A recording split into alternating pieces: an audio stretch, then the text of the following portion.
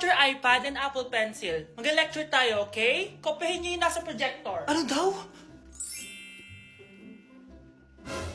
iPad na gamit ngayon? Grabe, ang yayaman naman ng mga tao dito. Ma'am, pwede mo ba ako magsulat sa notebook? Ha? Wala kang iPad? Class, di ba nasa school requirement natin na dapat may iPad kayo, okay? So, babalik ka na sa nanay mo. Di na uso yung notebook dito. Wala naman kami pambili nun eh. Oh, class, i-share nyo naman kung saan kayo pumupunta tuwing weekends. Ma'am, nasa Japan po kami tuwing weekends kasi malamig dun tapos may snow pa. Ma'am, sa Paris po kami. Nandun po kasi yung Eiffel Tower tapos sila mami po kasi mahilig mag-shopping dun eh. Lu, ang bongga naman ng mga to. Oh, ikaw Scarlett. Sa kwarto ko lang po ma'am. Kailangan po ba umalis? Hindi naman. Siguro mas gusto ni Scarlett yung nagpapahinga siya sa magandang kwarto niya. Class, magkukulak ako ng class funds ha? 1,000 each student lang. Ha? 1,000 yung class funds dito? Ma'am, card po yung mode of payment ko. Sure, patap na lang. Ayan. Ma'am, ako din po card. Ayan, okay na. Wala na akong pera. Ma'am, pwede ba ako bumalik sa dati kong school? Ang yayaman kasi ng mga tao dito eh. Ay, ganun ba? O sige, i-drop na lang kita ha? O ito po ma'am, card na lang. National ID. Annyeonghaseyo! Guys, sobrang lamig! Nasa Korea na ako! At syempre, ano pa bang gagawin natin? Titikim tayo ng convenience store snacks! Guys, hulaan nyo kung nasan ako, walang ganto sa Pilipinas. First time ko makakatikim ng mga pagkain sa convenience store dito sa Korea. Grabe, sobrang dami din pagpipilian dito. Guys, ito daw yung kinakain ni Jungkook sa live niya, so tikman natin kung masarap. Guys, simula bata daw si Jungkook, ito yung favorite niyang iniinom, so tikman din natin. Hala, si Jungkook! Akala ko na hospital ka. Resurrection, ang muling pagkabuhay. Annyeonghaseyo! Hala ka, may Korean guys, oh. May mga hotdog din, no? Tikman natin yung mga hotdog nila kung masarap. Guys, may nakita ako, matcha siya na pandesal, tas may ulam siya sa loob. Tikman natin kung ano lasa.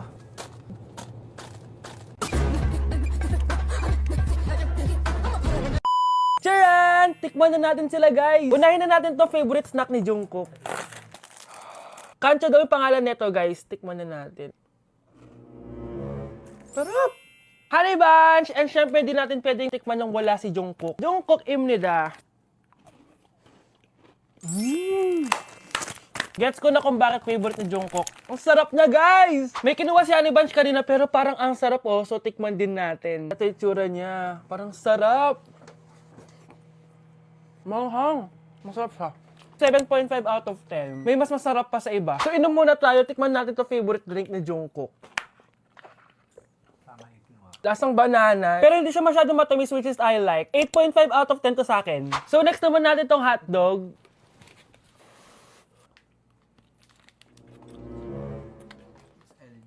Ganun lasa. Hindi ko siya gusto, guys. Weird na lasa niya. 3 out of 10 lang to sa akin. Hindi ko siya masyadong gusto. Next natin tong dried pusit. So, ganito yung itsura niya, guys. Matigas siya. Sobrang tigas. Baka niluluto pa to.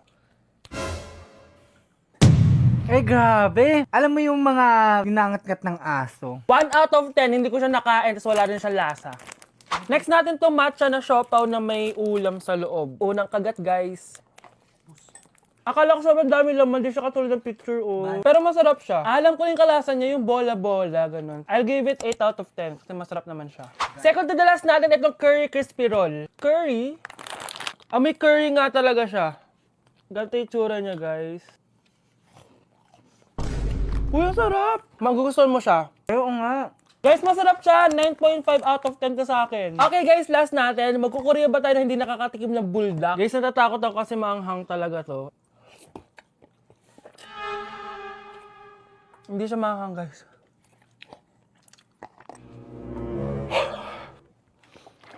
Bibigyan ko to ng 8 out of 10. Masarap naman siya kasi sobrang anghang niya. So, yun lang naman, guys. Kung gusto nyo ng part 2, mag-comment lang kayo dyan at gagawin natin yan. So, bye-bye! OMG, grabe yung baha, oh. For sure, marami naman nakurakot si Dad. Paldo. Oh, Cheska, ba't ang aga mo? Di ba traffic kasi baha? Ay, opo ma'am, baha nga po eh. Kaya pinag-helicopter na ako ni Daddy para safe ako. Kawawa nga po yung mga tao eh. Wow, sana all. Yes Daddy? Opo, nandito na po ako sa school. Yung baon ko 1 million ha. Send mo na. Ha? 1 million yung baon niya? No! Binasa mo yung Chanel bag ko! Sorry, Jessica. Alam mo ba kung magkano to, ha? 600,000 to! Mas mahal pa to sa bahay nyo! Napakamahal naman yan. Whatever. Papabili na lang ulit ako. Salamat ka, mabait ako. Nahiya naman tong 300 peso ng bag ko. Be, tara sa kantin. Nag-crave ako ng siomay tsaka ng kwek-kwek. Tara.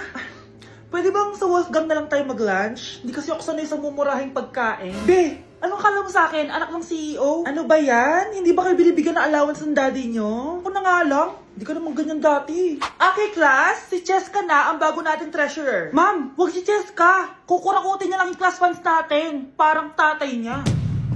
Flood control, ayaw. Gastos, gusto. Kaya mayaman si Cheska kasi korap ang pamilya niya. Ang laki ng tax na binabayaran ko. Sa Disney Princess pala natin napupunta lahat. Habang kami, binabaha na dito. Ikaw pa helicopter lang. Wow, napaka-lavish mo naman. Tsaka, pera muna ako nito Chanel bag mo ha. May ambag din ako dito, no? Hindi kami titigil hanggat walang nakukulong. Deserve nyong magdusa. Ayun na, bilisan mo! Hala, dugo ba yung pinampunas niya sa mukha niya? Anak, tignan mo to, oh! Ano yun, Nay?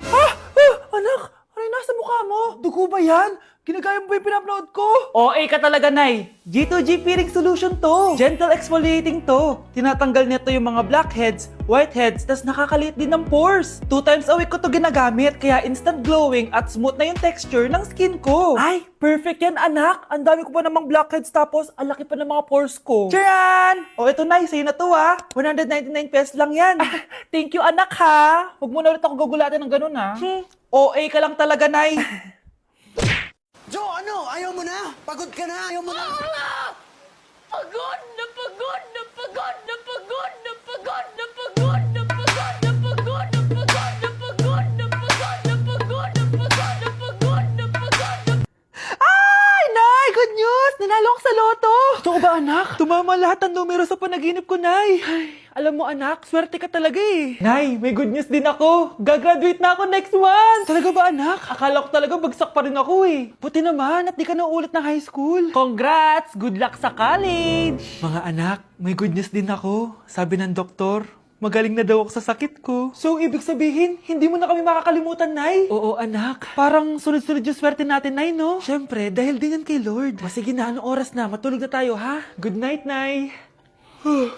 Grabe, ang kalat naman. O anak, ba't kasing ka pa? Nay, sobrang kalat kasi dito sa bahay. Naglinis lang ako. Anak, tigil mo yan! Masama yan! Ha? Bakit? Masama na ba maglinis, Nay? Hindi mo ba alam yung pamahiin na bawal magwalis sa gabi? Kasi pag nagwalis ka, parang tinataboy mo daw yung swerte palabas ng bahay. Ako, Nay, 2025 na, naniniwala ka pa rin sa pamahiin? Tumatanda ka na talaga. Ay, di ko alam, anak. Takot lang ako na malasin ulit tayo. Sige na, Nay, itulog mo na yan. Malapit na ako matapos dito.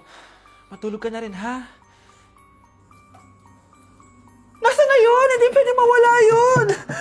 Oo, anak, ano nangyayari? Umagang-umaga sumisigaw ka. Nay, nawawala yung lotto ticket natin. Hindi natin makiklaim yung pera. Ha? Sige anak, tutulungan kita maghanap, ha? Ay, baka nandito lang yung banda. Oo anak, ba't ka umiiyak? Ayoko na. Ginawa ko naman lahat eh, pero binagsak pa rin ako ng teacher ko. Ano? Hindi na daw ako kasama sa mga gagraduate, Nay. Lahat ng effort ko nasayang. Anak! Nay, magpahinga ka muna. Ako na muna bahala dito. Ano na naman nangyayari sa pamilya natin? Anak? Scarlett? Kyle? Susan? Kamusta ka na? Dok? Ba't nandito ka? Dinalaw kita para kamustahin ka. Mga musta? Eh di ba sabi niyo magaling na ako, Dok? Yun din nakakala ko. Ha? Teka lang, nakita mo ba yung mga anak ko? Susan, matagal nang patay ang mga anak mo. Ha? Hindi mo ba naaalala? Pareho silang na-depress. Si Scarlett dahil sa nawala niyang lotto ticket. Si Kyle naman dahil hindi nakagraduate. Kaya, ayun. Kailangan mo ulit maggamot, Susan. Dahil lumalala na naman ang demensya mo. Grabe, nakakapagod mag-aral. Tara, Bes, road trip tayo. Hindi, arcade na lang. Hindi, Bes, road trip na lang. Arcade! Hep! Away ng away eh. May share ako na bago na sure ako kung saan tayo magkakasundo. Saan naman? Kumain na lang tayo, Bes. Share ko lang kasi sobrang good deal ng Jollibee Meal Savers. pang everyday go-to meal natin. Bakit? Ano meron? Mag Jollibee Meal Savers tayo. Kasi nandito lahat ng faves natin. Lahat may drinks at kasamang rice or fries. 1-piece burger steak with double rice. 1-piece chicken joy with drinks. At 1 Jolly Spaghetti with fries and drinks. Kaya kahit araw-araw tayo kumain, bes, busog sulit sarap. Our go-to meal. Ayan, yan yung gusto ko. Kinikrave ko yung burger steak with double rice. Makakatipid na, mabubusog pa tayo. Diba? Kapag cravings mo yung go-to mo, tapos wak sa araw-araw, sulit talaga. Kaya tara na, bes. Gutom na ako. Excited ka masyado. Libre mo ako next week, ha? Sige, bes, go. Basta, Jollibee Meal Savers, ha? Go!